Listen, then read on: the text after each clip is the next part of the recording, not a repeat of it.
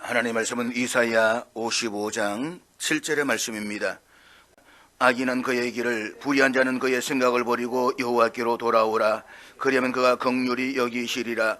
우리 하나님께로 돌아오라. 그가 너그럽게 용서하시리라. 아멘.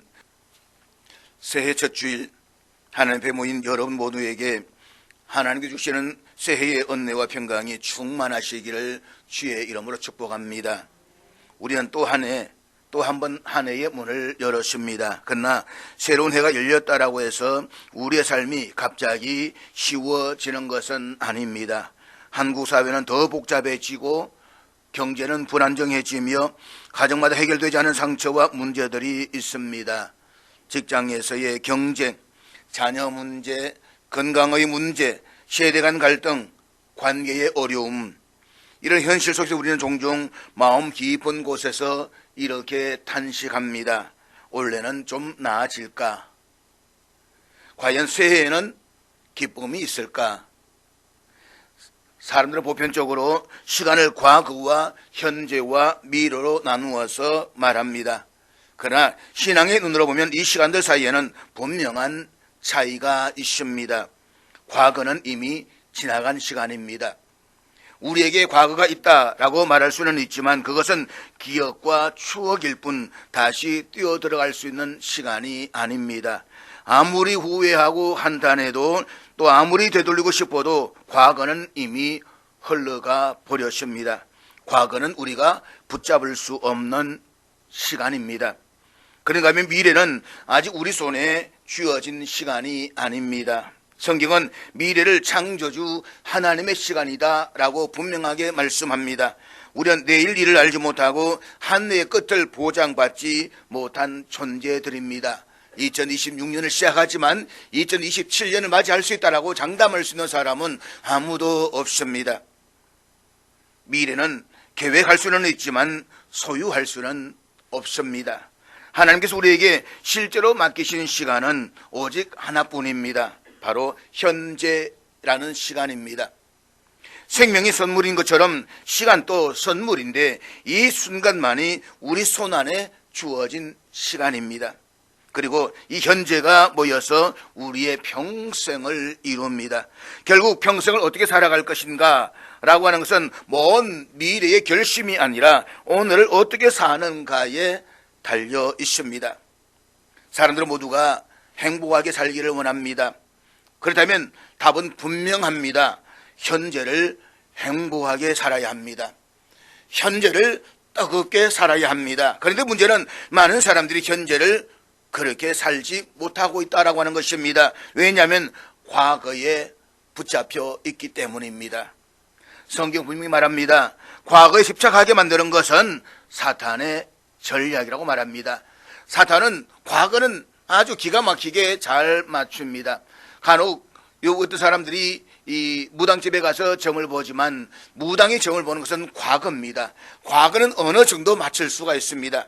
그런데 그 과거에 집착해 가지고 살아가는 사람들이 꽤 많이 있습니다. 더구나 사탄은 이미 끝난 과거의 아픈 과거를 계속 끄집어내어 가지고 우리의 마음을 혼란스럽게 만듭니다. 어떤 사람은 화려했던 과거에 붙잡혀서 그렇지 못한 지금의 현실에 미치도록 분노하고 있습니다. 내가 전에는 이렇게 살았는데, 내가 이렇게 뜩뜩 살았는데 이게 무슨 꼴이냐고 절망합니다. 또 어떤 사람은 아팠던 과거에 붙잡혀서 현재를 용서하지 못하고 원망과 분노 속에 스스로를 가두고 살아갑니다. 그래서 사랑하는 여러분, 아픈 과거에서 벗어나서 하나님께서 준비하신 미래로 나아가는 길은 오직 하나입니다. 그것은 현재 용서로 시작하는 것입니다. 과거를 붙잡는 것이 아니라 현재를 하나님께 드리는 것입니다. 용서는 과거를 정당화하는 것이 아니라 과거의 사슬을 끊어버리고 현재를 살게 하는 하나님의 은혜입니다. 그래서 하나님은 새해 첫 주일에 우리에게 말씀하십니다. 과거에 묶이지 말고 오늘을 살아라. 원망으로 시작하지 말고 용서로 시작하라. 앞에 사진 하나를 띄우고 계십니다. 그리스어로 아포리아라고 하는 단어는 배가 자초되어서 어떻게 할 수 없는 막막한 상태를 의미합니다. 이 아포리아는 위기보다 더 심각한 단계입니다. 위기는 그래도 어떻게라도 해볼 수가 있습니다. 그런데 아포리아는 위기 다음의 상태입니다. 어떻게 할 수 없는 절망감, 혹은 일종의 충격 상태라고 말할 수가 있습니다. 지금의 한국 사회와 한국 교회가 바로 이 아포리아와 같은 현실을 맞이하고 있습니다. 변화의 물결은 사회 각 영역을 빠르게 재편하고 있지만 종교 영역은 여전히 더딘 반응을 보이고 있습니다. 한때 교회 위기가 진지하게 논의되었지만 이제는 그 단어조차 무뎌지고 성도의 수 감소와 또 사회적 신뢰도의 추락이 당연시되는 시대가 되었습니다. 다시 말해서 위기조차 위기로 제감하지 못하는 영적 아포리아 상태에 빠져 있다는 것입니다. 이러한 시대 상황에서 복음의 핵심인 용서를 회복하고 이 용서가 바로 사랑의 시작임을 새기면서 우리 교회에 속한 대한예수교 장로회 통합교단은 제110회기 총회 주제를 용서 사랑의 시작입니다 라고 정했습니다. 그리고 우리 교회도 올해의 표어를 용서 사랑의 시작입니다 라고 정해서 한 해를 달려가고자 합니다. 그래서 우리 한번 같이 외쳐보겠습니다. 용서 사랑의 시작입니다. 우리 앞에 손을 들고 힘차게 한번 외쳐봅니다. 시작. 용서 사랑의 시작입니다. 이 표어는 단순한 신년 표어나 슬로건이 아닙니다. 하나님께서 우리 공동체를 향해서 주시는 방향이요, 원래 우리가 반드시 붙들어야 할 진리이며 우리의 가정과 교회와 삶에 필요한 가장 본질적인 하나님의 메시지입니다. 새해가 시작되면 우리 자연스럽게 새로운 계획을 세우고 새로운 꿈을 꾸지만 하나님은 우리에게 그보다 먼저 해야 할 일, 가장 먼저 정리해야 할 마음의 과제가 있다라고 말씀을 하십니다. 그것은 바로 용서입니다. 용서가 이루어지지 않으면 결국 마음의 문이 닫혀 있고, 마음의 문이 닫혀 있으면 사랑이 흘러갈 수가 없고, 사랑이 막혀 있으면 가정도 교회도 우리의 관계도 결코 회복될 수가 없습니다. 그래서 하나님은 새해 첫날 우리에게 이렇게 말씀하십니다.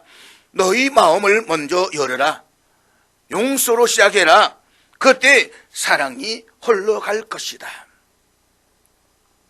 오늘 우리는 두 본문 이사야 55장과 에베소 4장을 통해서 새해를 어떻게 시작해야 하는지, 하나님 우리에게 어떤 마음을 요구하시는지를 깊이 살펴보려고 합니다. 이사야 55장은 포로의 절망 속에서 주어진 돌아오라는 하나님의 은혜의 초청입니다. 이사야 55장은 단순한 위로의 말씀이 아니라 이스라엘 역사상 가장 암울했던 시기에 떨어진 하늘의 음성이었습니다. 이사야 40장부터 이어지는 위로의 장은 바벨론의 포로기라는 처절한 현실 속에서 선포된 말씀입니다.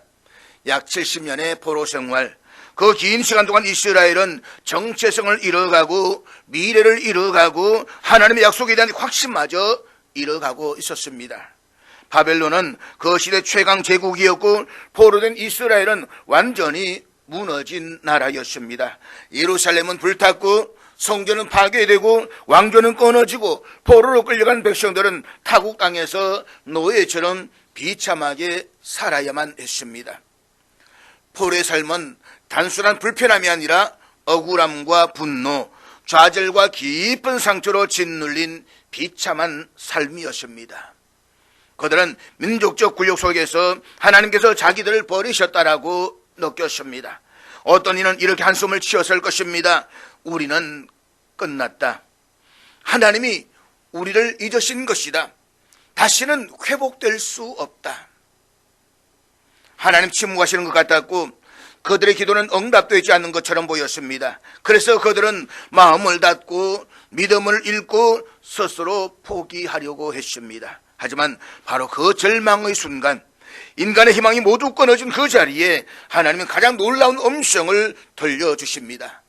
바로 돌아오라는 말씀입니다. 돌아오라. 상황이 좋았을 때가 아니라 모든 것이 무너졌을 때 말씀하십니다. 회복될 조짐을 보일 때가 아니라 아무 가능성도 없을 때에 손을 내미십니다. 하나님은 절망의 시대에 관계의 회복을 먼저 요청하십니다. 왜냐하면 하나님의 관계가 회복될 때에 비로소 역사도 삶도 공동체도 회복되기 때문입니다. 그런데 하나님께로 돌아오는 첫걸음은 용서입니다. 본문은 이렇게 선포합니다. 악인은 그의 길을, 불의한 자는 그의 생각을 버리고 여호와께로 돌아오라. 그리하면 그가 긍휼히 여기시리라. 이 말씀을 단순히 도덕적으로 잘못된 행동을 버리란 차원이 아닙니다. 여기서 말하는 악한 길은 하나님과의 관계가 끊어진 길, 즉 스스로의 힘과 방법을 의지하며 하나님 없는 삶을 선택한 그 방향을 의미합니다. 또한 불의한 생각은 잘못된 사고방식, 죄의 습관, 하나님의 말씀과 상반된 가치관을 뜻합니다. 당시 이스라엘 백성들은 정치적 실패, 영적 타락, 우상 숭배, 하나님을 향한 불순종을 계속 반복하면서 하나님과의 관계가 멀어져 있었습니다. 그래서 중요한 것은 하나님께 돌아오는 시작점이 도덕적 개선이 아니라 하나님의 용서를 받아들이는 것이다 라는 사실입니다. 호란의 형벌 속에서도 하나님 그들을 버리지 않으셨습니다. 오히려 그 고난 속에서 이스라엘이 하나님께 돌아오는 길을 열어주셨습니다. 죄로 인해서 멀어졌지만 하나님께서는 그 거리만큼 다시 가까이 오라고 초청하십니다. 그 하나님은 돌아오는 초청 앞에서 어떤 조건도 내걸지 않으십니다. 너희가 달라지면 받아주겠다라고 말씀하지 않으십니다. 먼저 증명해 보아라고 말씀하지도 않으십니다. 왜 그렇게 했느냐라고 따져 묻지도 않습니다. 하나님 단지 이렇게 말씀하십니다. 돌아오기만 해라. 그러면 내가 너희를 긍휼히 여기겠다. 여기서 긍휼이라는 단어, 히브리어는 라함이라는 단어인데 이것은 어머니의 자궁을 뜻하는 말에서 유래된 단어입니다.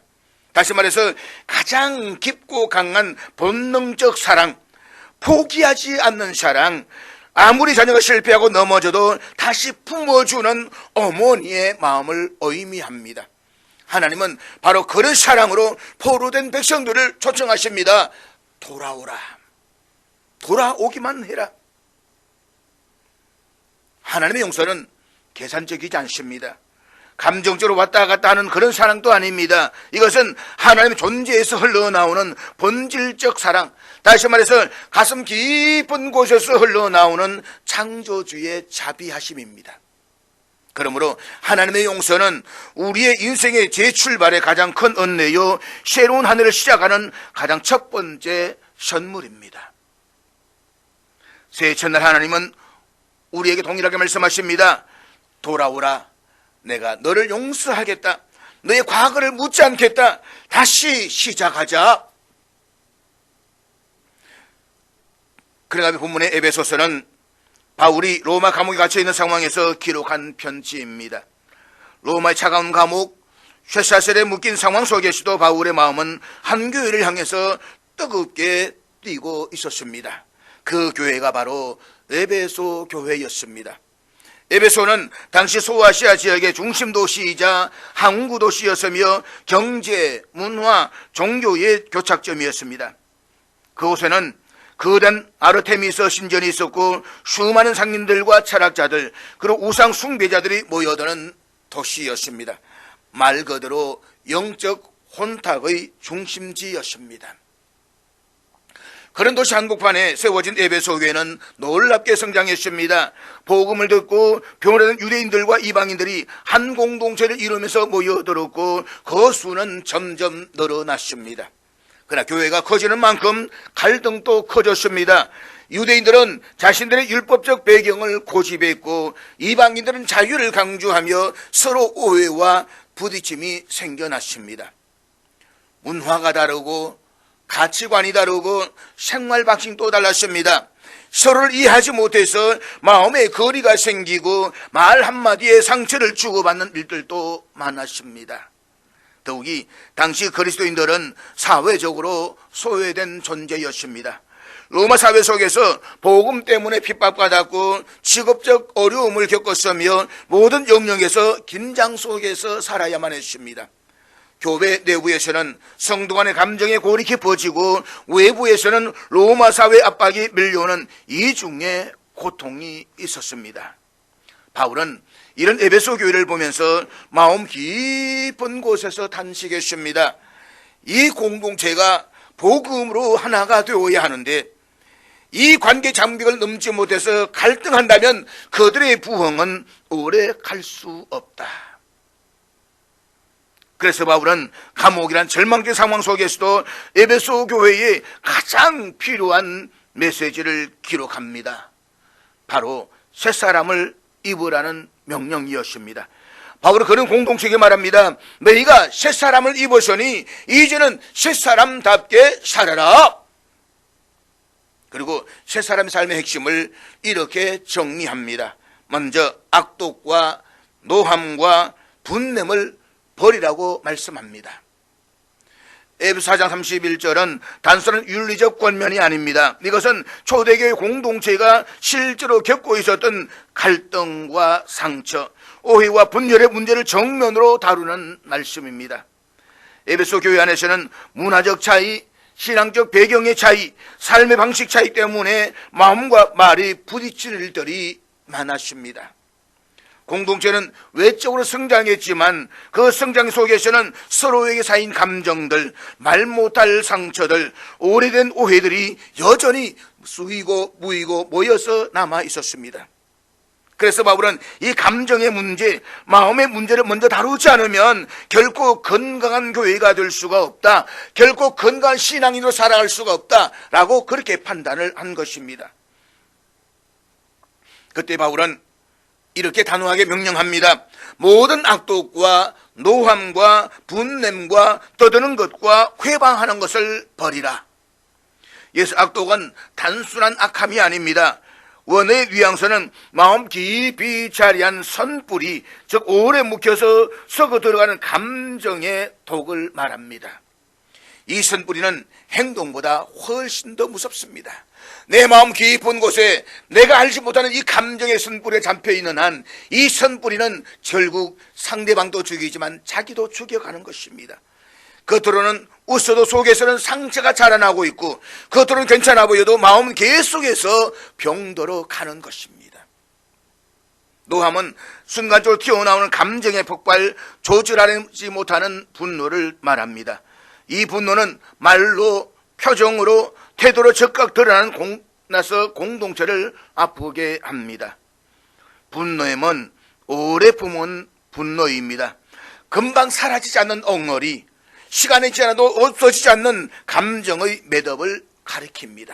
이것은 마음에서 천천히 골마가는 상처와도 같아서 자신도 고통스럽고 동시에 주변 사람도 아프게 합니다. 바울이 이 세 가지 감정을 먼저 언급한 이유는 분명합니다. 공동체의 분열은 큰 사건이 아니라 마음속에 있는 작은 감정에서 시작되기 때문입니다.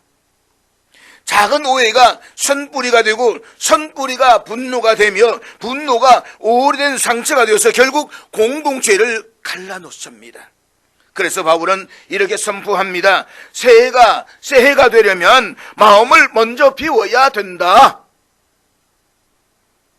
새해가 되었어도 마음이 오랜 감정으로 가득하면 새해의 은혜를 담을 그릇이 없습니다. 새 달력을 바꿨다라고 해서 새 삶이 시작되는 것이 아니라 마음을 바꾸어야 새해가 시작되는 것입니다. 그래서 하나님은 오늘도 우리에게 깊이 묻습니다. 혹시 지난해의 상처를 붙잡은 채 새해를 시작하고 있지는 않습니까? 가정에 쌓였던 서운함이 아직 마음에 남아 있습니까? 교회에서, 직장에서 받았던 상처가 여전히 해결되지 않은 채 남아 있습니까? 하나님 말씀하십니다. 버려라. 그래야 새해가 된다. 버린다는 것은 망각이 아니라 결단입니다.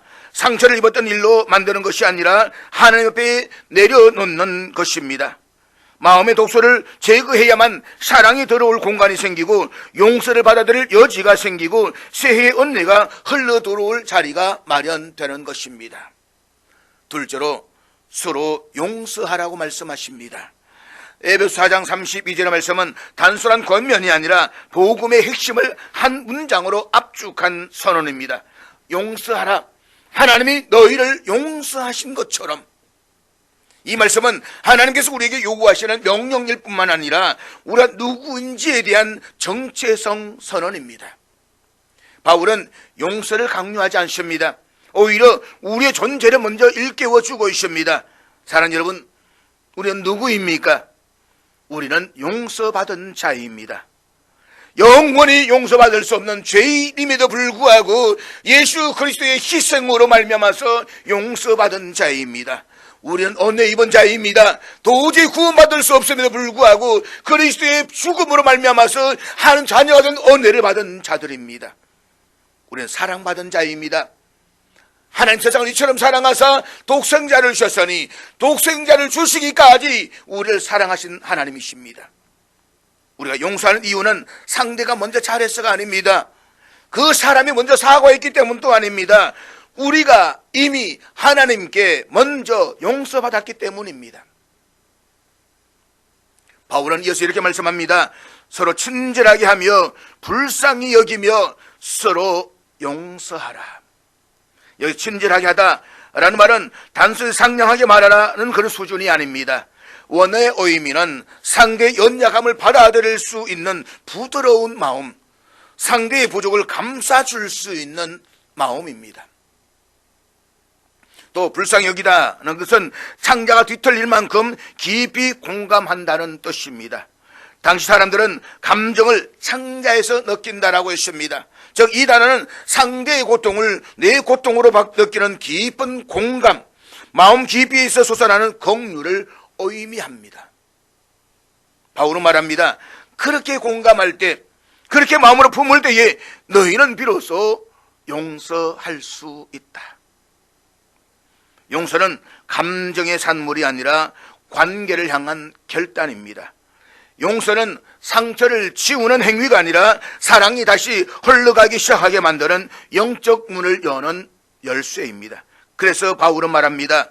서로 용서하라. 왜냐하면 용서는 사랑의 끝이 아니라 사랑의 시작이기 때문입니다. 그리스도께서 우리를 용서하신 것처럼 우리가 용서할 때 그때 가정이 회복되고 관계가 회복되고 교회가 하나 되고 사랑이 흘러가기 시작하는 것입니다. 잊지 마십시오. 용서가 사랑의 시작이며 부흥의 시작입니다. 용서는 감정이 아닙니다. 결단입니다. 감정은 늘 요동치고 변덕스럽지만 용서는 감정의 파도 위에서 만들어지는 것이 아니라 하나님의 말씀 위에서 세워지는 영적 결단입니다. 우리는 흔히 이렇게 말합니다. 마음이 내키지 않았어요. 아직 감정이 정리가 되지 않았어요. 기분이 좀 안 좋았어요. 그러나 여러분, 성경은 단 한 번도 마음이 내키면 용서하라 라고 말씀하지 않습니다. 네 기분이 좀 풀리면 용서해라 라고 말하지 않습니다. 용서는 감정이 성숙했을 때가 아니라 순종이 시작될 때에 일어나는 기적입니다. 또한 용서는 상대를 위한 것이 아니라 나의 영혼을 자유롭게 하기 위한 하나님의 선물입니다. 미움과 상처를 붙들고 있으면 가장 먼저 묶이는 사람은 나 자신입니다. 내가 그 미움 속에 파묻혀 있는 것입니다. 그 미움 속에 파묻혀 있다 보니까 잠을 이루지 못합니다. 자다가 벌떡벌떡 일어나는 것입니다. 분노가 사무쳐서 음식을 먹어도 소화가 되지 않습니다. 결국 누가 손해보는 것입니까? 그 사람은 아무렇지도 않아요. 그 사람은 잠만 잠도 잘도 자고 밥은 잘도 처먹습니다.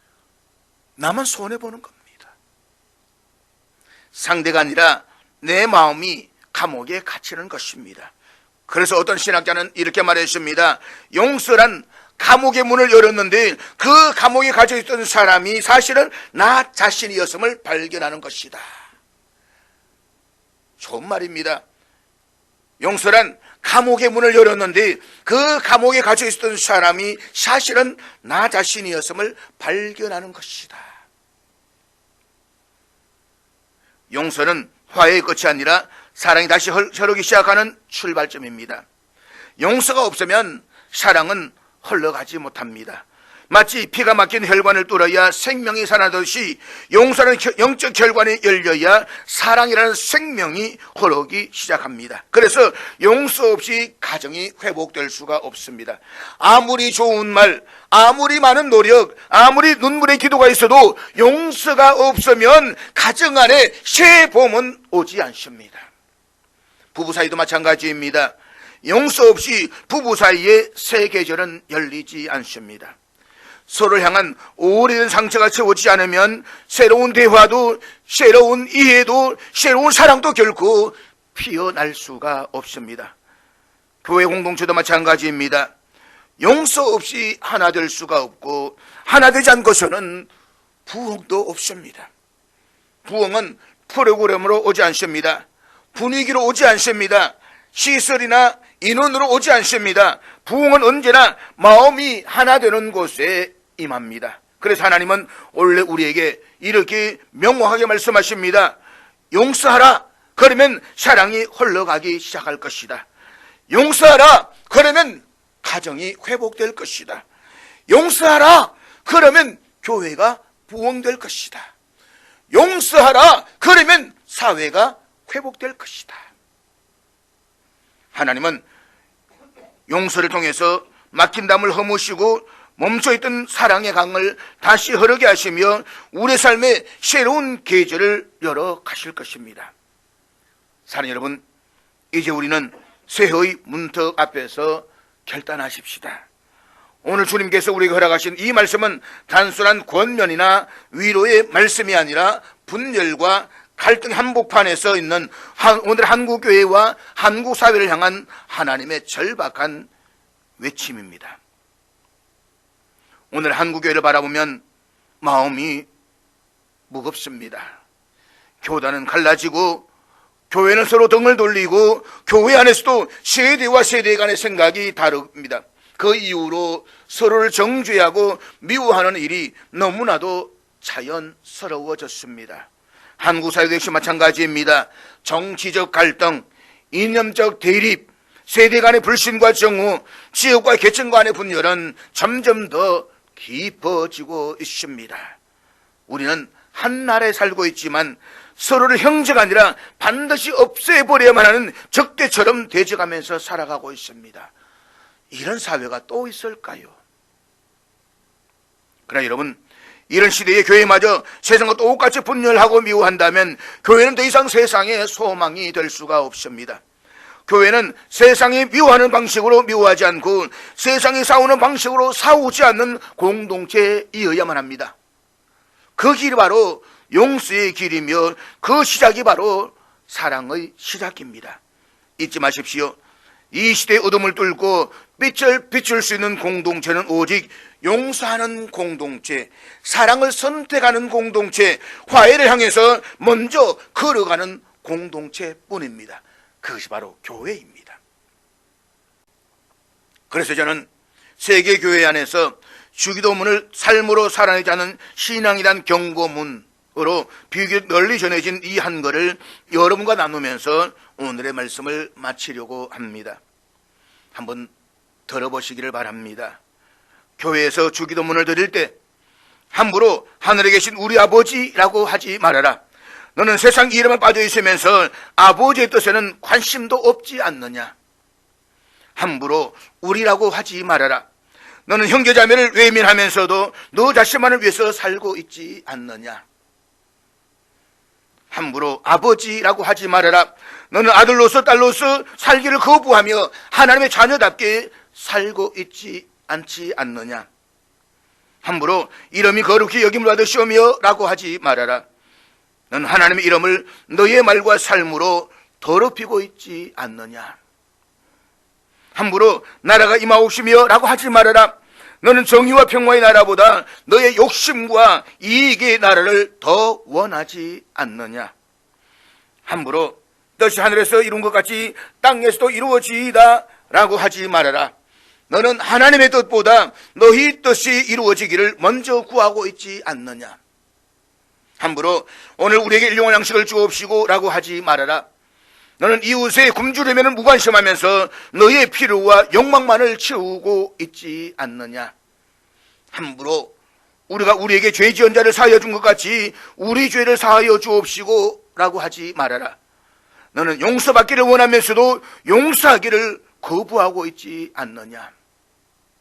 함부로 우리를 시험에 들게 하지 마옵시고 다만 악에서 구하옵소서 라고 하지 말아라. 너는 시험을 피하기보다 유혹을 즐기며 살고 있지 않느냐.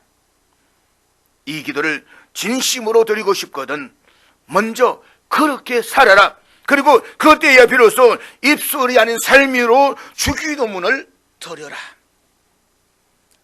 사랑하는 여러분, 이 경고의 말씀은 너무 정직해서 우리의 마음을 찌릅니다. 그러나 바로 이 지점에서 오늘 말씀 앞에 서게 됩니다. 용서, 사랑의 시작입니다. 용서하지 않으면서 우리 아버지를 부를 수 없고, 용서하지 않으면서 우리를 말할 수 없으며, 용서하지 않으면서 하나님의 나라와 뜻을 구할 수 없습니다. 위대한 사람은 큰 업적을 남기는 사람이 아니라 큰 용서에 가진 가슴을 가진 사람이다 라는 말이 있습니다. 세상은 무엇을 이루었는가로 사람의 크기를 말하지만 하나님 나라에서는 얼마나 많이 품었는가, 얼마나 깊이 용서했는가로 그 사람의 크기를 보십니다. 우리 예수님께서는 이 땅에서 가장 큰 용서의 가슴을 가진 분이셨습니다. 십자가 위에서조차 자신을 못 박는 자들 향해서 아버지여 저들을 사하여 주시옵소서 라고 기도하신 분, 끝까지 포기하지 아니하시고 생명으로 용서하신 분이 바로 예수님이십니다. 사랑하는 여러분, 우리는 바로 그 예수님의 제자들입니다. 예수님을 닮아가려다 보면 넘어질 때도 많고 부끄러운 모습을 보일 때도 많고 죄 짓고 후회할 때도 참으로 많습니다. 그렇기에 우리는 혼자 완벽하게 서 있으려고 애써야 할 존재가 아니라 서로를 품에 안고 다시 이렇게 세워 주어야 할 공동체입니다.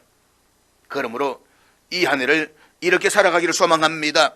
서로의 허물을 덜주는 사람들이 아니라 허물을 덮어주는 사람들로, 서로를 판단하는 사람들이 아니라 서로를 위로하고 격려하는 사람들로, 넘어졌을 때에 손가락질하는 사람들이 아니라 손을 내밀어 이렇게 세워주는 사람들로 이 하늘을 함께 걸어가십시다. 그럴 때에 우리의 가정이 희망이 되고 교회가 희망이 되고 이 땅에 다시 한번 복음의 온기가 흐르게 될 것입니다. 하나님께서 우리를 그런 희망의 사람들, 큰 용서에 가진 사람들로 부르셨음을 믿습니다. 그래서 우리는 오늘 결단을 하십시다. 내가 먼저 용서하겠습니다. 용서는 약자가 하는 것이 아니라 은혜를 받은 자가 하는 것입니다. 내가 먼저 용서할 때 하나님께서 막힌 담을 허무시고 화해의 역사를 시작하실 것입니다. 상대의 자격이 아니라 하나님의 은혜가 내가 용서하는 이유입니다. 내가 먼저 손을 내밀겠습니다. 손을 내민다는 것은 포기하겠다는 결단이 아닙니다. 손을 내미는 사람이 약한 사람이 아니라 마음이 벽을 허무는 가장 강한 사람입니다. 내가 먼저 손을 내밀 때에 하나님께서 그 손을 붙잡아 다리 놓는 역사를 이루실 것입니다. 내가 먼저 사랑하겠습니다.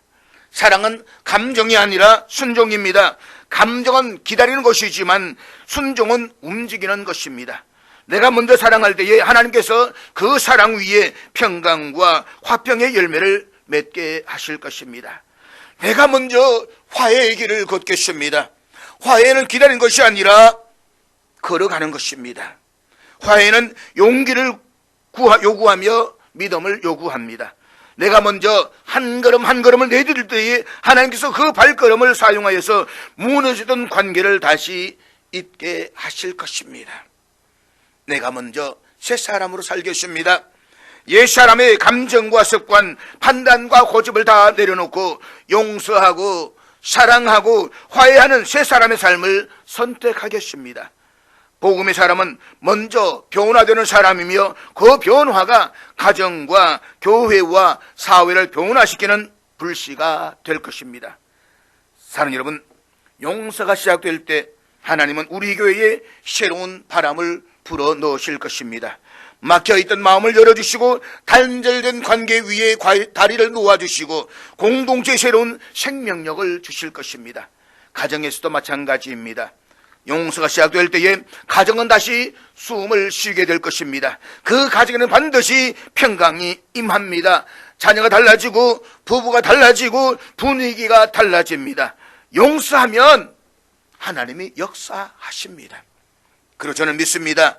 올해가 용서의 해가 된다면 올해는 반드시 부흥의 해가 될 것입니다. 부흥은 프로그램에서 오는 것이 아니라 용서에서 시작되기 때문입니다. 사랑이 흐르기 시작하면 하나님도 반드시 생명의 강물을 부어주십니다. 주여, 우리가 용서함으로 사랑의 시작을 열게 하옵소서. 분열된 한국교회가 다시 하나 되게 하소서. 갈등의 중심에 서 있는 한국 사회에 화해의 빛을 비추어 주소서. 올해를 용서의 해로 살게 하소서. 사랑의 해로 살게 하소서. 부흥의 해를 보게 하소서.